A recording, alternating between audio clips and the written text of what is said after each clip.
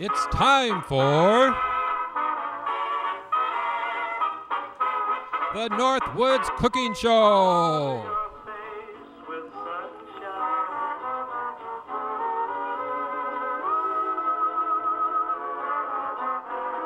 Starring Uncle Roy and Miss Callie, the troublemaking dog.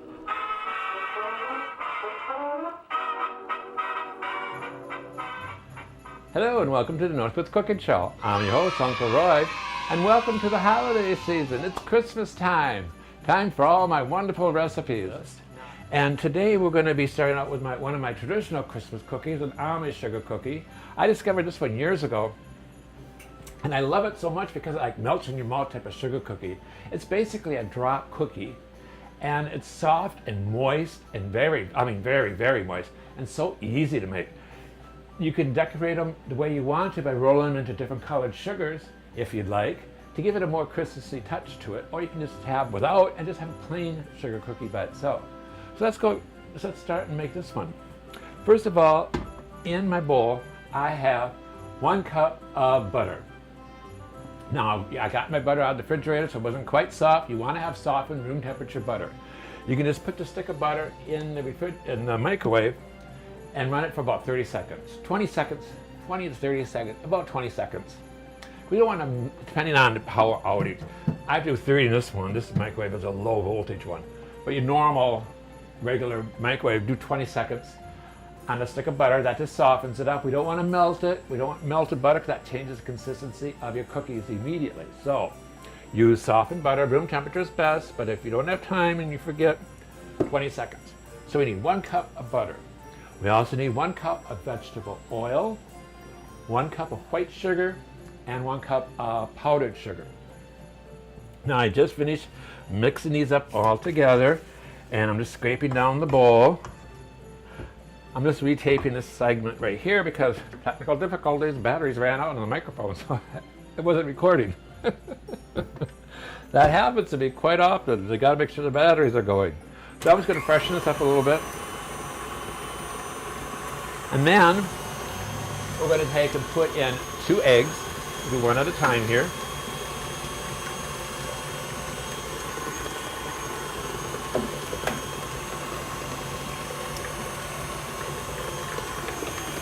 Now when you're mixing up your butter and flour, or butter and sugars, you want to do this for at least 3 to 4 minutes because you want that sugar crystals to dissolve. You don't get that crunch, you know, in your mouth, on your teeth. When you taste the dough or when you bite into a cookie, that makes it light and fluffy, and that usually takes 3 to 4 minutes. So you really want to mix that butter and sugar, your wet ingredients, completely. Now, to this we also need 1 teaspoon of vanilla. We got so many different kinds of flavorings, I got to double check here. I just got this new one. I got this in the mail. You can get them at the grocery store too. It's a Madagascar bourbon vanilla. Oh, delicious. This is your holiday vanilla. So you want to splurge when it comes to the holidays. You want to use your finest ingredients because you're going to be giving these out as gifts. So you want to have good product. You want to use butter, not margarine. You know, you want to use real flour. You don't want to use, you know, generic stuff. You want to get good quality ingredients for good quality baking. It makes a big difference, and for your holidays, you really want to do that. You want to have, these are special treats from your heart, so you want to make sure you have good ingredients. Then, we're going to take in a separate bowl, I'm on my dry ingredients.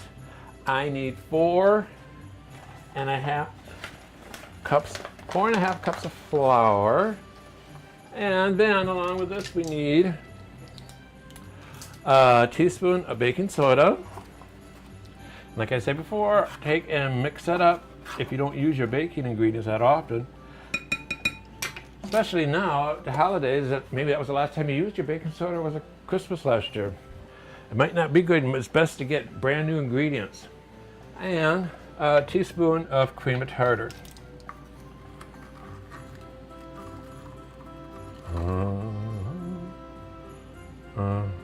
There we go. Now I always take these dry ingredients and using a wire whisk, I like to take and just mix this up so that they're completely mixed and thoroughly incorporated with each other. So like, you know, when you're a kid and been into one of Mom's cooking, you got that crunch of baking soda. I always remind her of that. She always, well, if you can make it better yourself, then just go ahead and do it. I'm like, so I am. But you want to use the wire whisk here just to break up any lumps in your flour. And you want to get that cream of tartar and soda mixed in really well so you don't have pockets of the chunks in there. Then we can just put this all right into our bowl. And this we can mix by hand. Or if you want to use the mixer, you can, which I think I will. But be careful, you don't want to over mix it. Just do it on the lowest speed possible. And as soon as that flour is incorporated, then stop, because we don't want to activate the gluten. We don't want to have tough, dry cookies.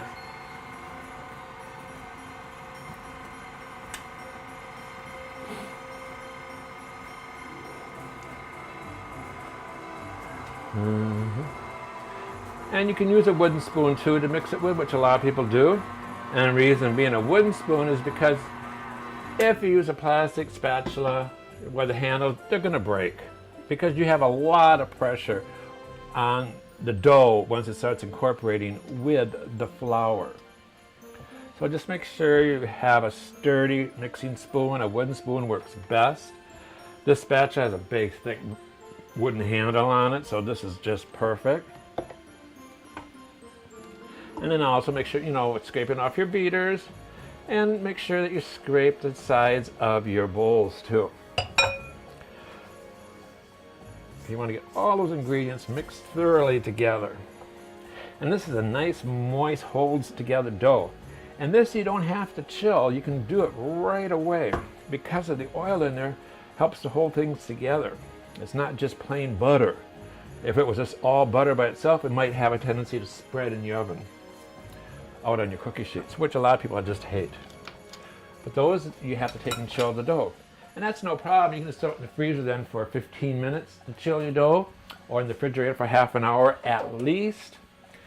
And that'll set up so that the butter is set and hold its shape when you make your cookie. So now let's make sure we got the oven on, 375. And these are going to go in for like 8 to 10 minutes. Now just get you a cookie scooper.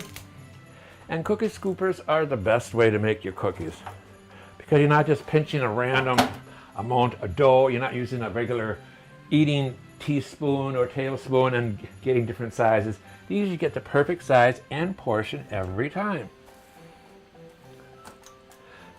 And so you got so when he's baked, you got the perfect cookie every time. People always ask me, how come your cookies are so perfect? And I go, well, thank you, but I use a scooper. Didn't you know that? And they're like, no, yeah, that keeps the same portion. And they all look the same then. So let's go through and do that. Now, if you want to, you can do different kinds of sprinkles. Let's see, bowls work better.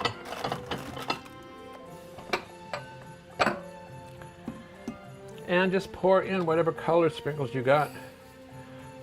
Any color will do, because you got Christmas time. You can do just red or just green if you want to.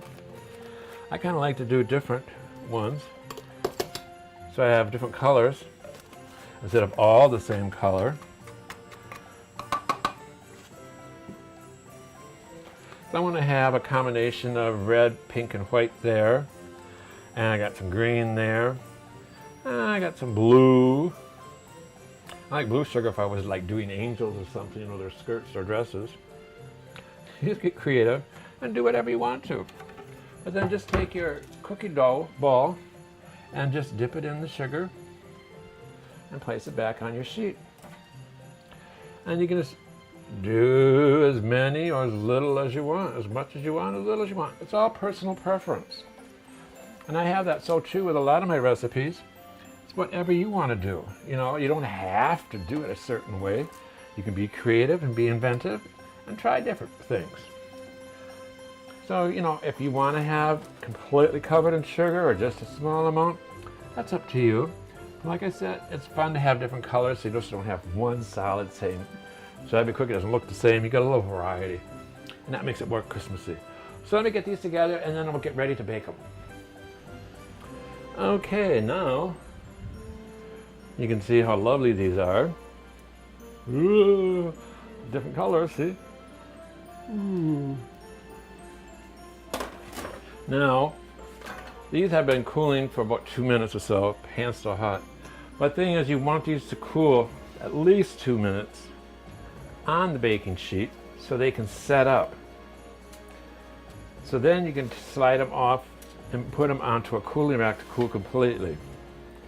If you take these off your cookie sheet too soon, before the 2 minutes, you run the chance of breaking the cookie because they're still soft, and you go to scoop them up, they're going to flatten out, they're going to bend in half and break, and then you're not going to have your perfect cookie. So just let it sit there and cool for at least 2 minutes, just so it can set. Then take it off and slide it onto a cooling rack so that it can cool completely and get hard. And then you have your wonderful Amish holiday sugar cookies. So, on to the next. All right, those little Amish holiday cookies are fabulous, weren't they? So pretty and attractive, and very, they're so moist, tender, they just melt in your mouth. Oh, wonderful, wonderful sugar cookie. Like cotton candy, it just dissolves. Oh, they were good. Hope you like that one. Next, we're gonna go on to another holiday favorite of mine, Biscotti. I love Biscotti, but I love making them. Anyway, let's go ahead and make this one. And I'm gonna be making gingerbread Biscotti. Do I have gingerbread man in it? No, I got another shirt. Oh, no, that's why there's gingerbread man in it. I got lots of costumes. You know that for Christmas. Here we go. So, first of all, we're going to make our wet ingredients. So we need 3 eggs. This can all go right into the pot, to the bowl.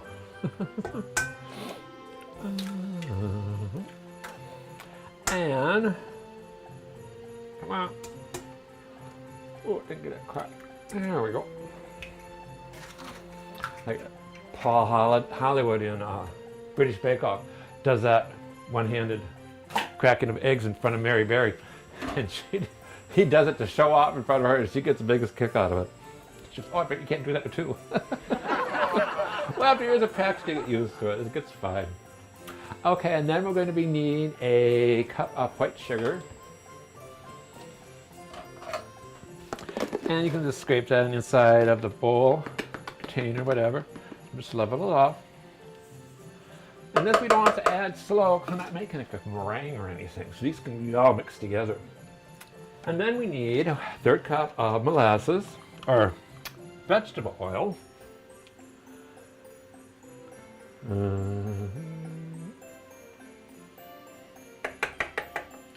Along with a 1/4 cup of molasses. Gotta have that. Grandma's molasses. There's a bigger rabbit. And of course, let's see, do I have it down here? Yeah. Just make sure I need a 1/4 cup. 1/4 cup.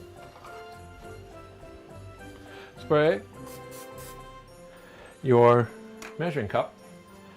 When you do real sticky syrups and molasses, because it's hard to get them out of the containers. But if you spray like that, when you go to take it out of the measuring cup, see, look at that. Just slides right out.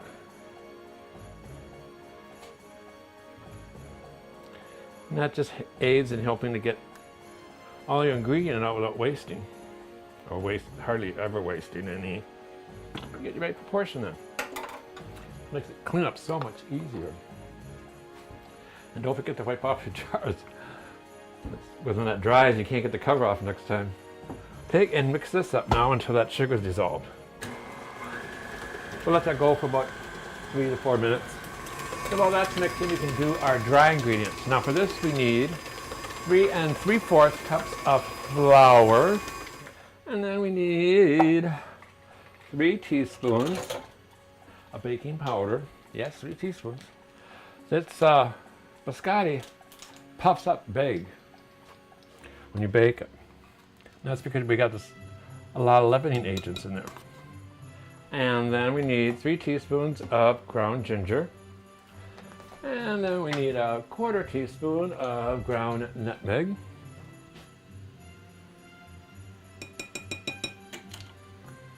Along with 2.5 teaspoons of cinnamon.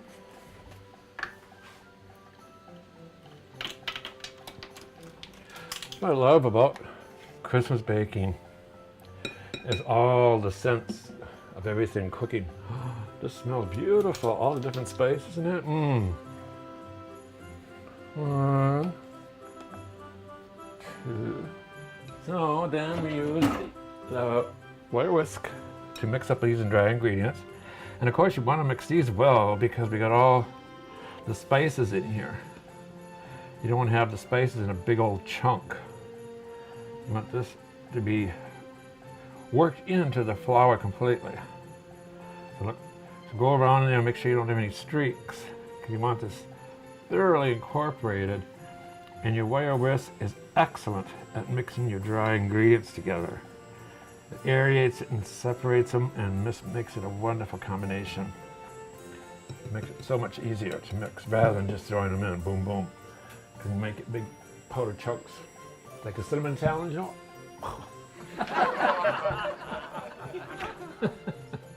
And then we just pour this right in. Ooh, ooh, ooh.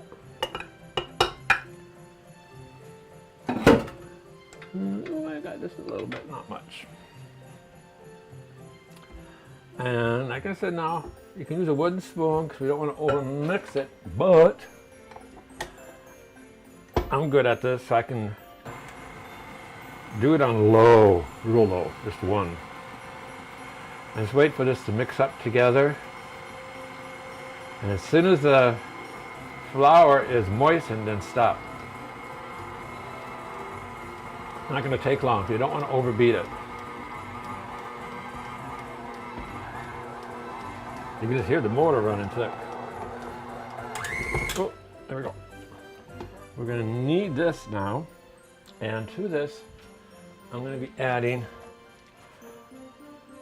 a 1/2 cup of cranberries and 3/4 cup of sliced almonds. And then we can knead this all together. And let me do that. That's going to take a while, and I'll be right back. Okay, there, we got that kneaded out. Cut that in half because we're making 2 logs. And then we're going to pat this out and shape this into approximately 14 by 3-inch logs. And then we'll just put this on our parchment lined baking sheet. And we can just do the other one. All right. There's our second one. And now these get baked at 375 for approximately about 25 minutes. And don't forget to turn them halfway through so one's not more done than the other. And then we'll take them out to cool for about 5 minutes, cut them into angles, and then rebake. So we'll be right back after 25 minutes. Okay, now we have these gingerbread biscottis are all done baking. Now we can let these cool completely. What I did is after we take them out of the oven, the first baking, let them cool completely for about, well, let them cool at least 5 minutes. Then you can take and cut them into 1/2-inch wide sliced pieces. See? Like that. And then we'll take and put them face down on their sides. and bake for an additional 10 minutes. Now you can let these cool completely and then just put them in an airtight container and to keep them hard. Or no, you can put them in a loose fitting tin if you wanted to.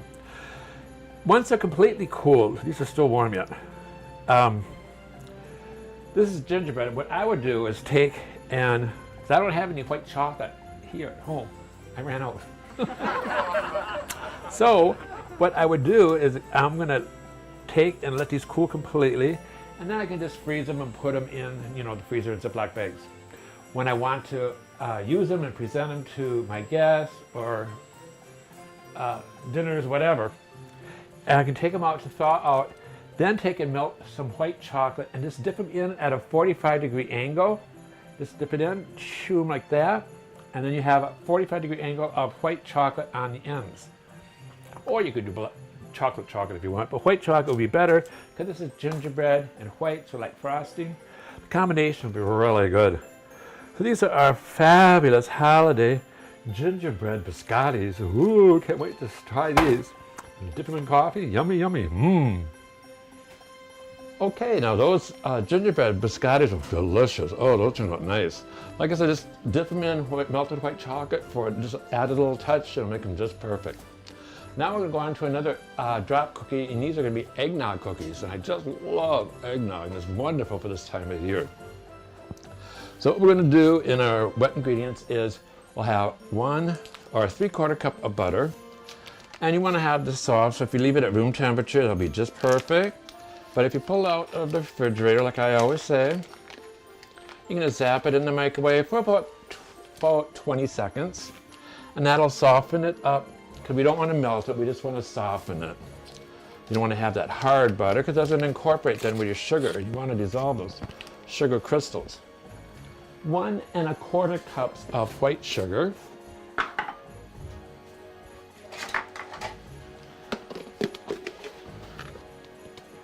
And we're going to beat this now until it's light and fluffy, which takes about 3 to 4 minutes. And if you need to set a timer, go ahead. Because you want to have this light and fluffy, you don't want to have the crunchy crystals in your cookies, you want those to dissolve. And this, if it's light and fluffy and whipped together, then it's going to come up with a fluffier cookie. So let me just whip this up there and we'll be right back. Okay, now this is nice and fluffy. And the other thing then too is remember to take and scrape down the sides of the bowl. So if you have any extra butter or sugar that's not mixed together, we can redo that. Because these KitchenAids have a little kick on the bottom. And it has a tendency for your ingredients to collect and not get mixed in properly. So just make sure you scrape the bowl and then just whip it up again. Okay, now for our dry ingredients, we need 2 1/4 cups of all-purpose flour. And remember to take and level that off too, so we don't get extra amount, which will dry it out. And along with this, we also need a teaspoon of baking powder, 1/2 teaspoon each of cinnamon and nutmeg. These are going to be really eggnog-ish. And then we'll just take and mix these together. Well, come on. I use the wire whisk now on my dry ingredients. That breaks it up so you don't have any clumps of flour or sodas or whatever in there. We're using baking powder. It helps to get it even and aerates it much better. Then in the butter mixture, we're going to be adding 2 egg yolks and a teaspoon of vanilla. And we also need a 1/2 cup of eggnog.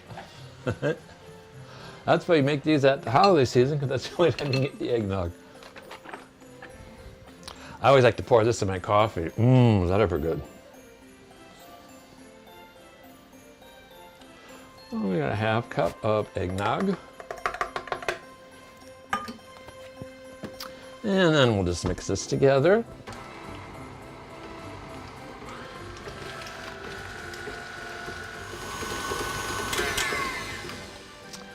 And again, you want to take and scrape down the sides of the bowl. You want to get all these liquid ingredients mixed together in with that butter and sugar. So that it all sticks to the side of the bowl. So you want to scrape that down so it gets all evenly distributed.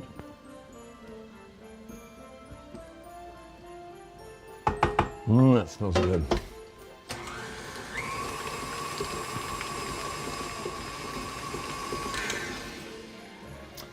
Okay, and then we can put in our dry ingredients. Now you can stir this by hand with a wooden spoon, or if you do with the mixer, remember just a little bit on low because you don't want to overbeat this. Because these machines, these KitchenAids are real powerful, so you don't want to overmix that and get dry or get tough cookies. So as soon as the flour starts to come together, we can stop. There we go.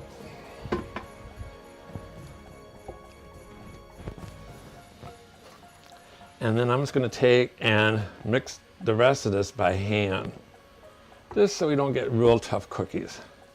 And that way I'm scraping the bowl too as I mix in the final steps here. So we can get all those dry ingredients mixed together, going down to the bottom of the bowl, scraping up around the sides. There we go. And then all we have to do is put these onto our baking sheet, and I cover that with parchment paper to keep from burning. Now I have the oven on at 300 degrees, and we're going to bake these for 20 minutes. So it's a very low heat, and it's a longer time. So low and slow as it goes. And we'll put these cookies on. And like I said, I like to stagger the rows. So I'll do like, well, with my size pans, I'll do 4, and then I'll do 3. And I'll put these now in between these other two, like that, in between here, so we can stagger the dough with the rows, and we can get more cookies onto our sheet. And we'll just continue on like this. Then you want to take and go over and just sprinkle a titch of nutmeg on each cookie. And that seems to be a little bit cakey. So I'm just going to put some in a bowl, because I got some little lumps in there because of the humidity maybe. And just take and just pinch. And this works out much nicer. Because then you can just pinch a little bit on top. And then we'll bake them at 300 degrees for 20 minutes, and then we'll be right back. All right, and these are the eggnog cookies. Don't they look good? These just came out of the oven, so you want to let them cool for about 2 minutes until they're set. Then you can take and transfer them onto your cooling rack to cool completely. Another Northwoods Christmas treat. Yummy. So I hope you enjoyed this year's, or my first episode of holiday baking. We're going to have more episodes coming in the future. And we do a lot more savory treats and more baking and cookies and cakes and breads, etc. So I hope you enjoy these simple little Christmas treats for you and your family. And remember that the joy is giving. So just, if you don't want to eat these yourself, like me being diabetic, moderation. I always like to make up package of plates and treats to give away to my friends and neighbors and family. I don't have family around here anymore, just friends and neighbors, whatever. And people at work, or the clerk at the store, etc. So from Northwoods Cooking Show, I want to say, eat healthy, be safe, spread the sunshine, and happy holidays. Bye-bye.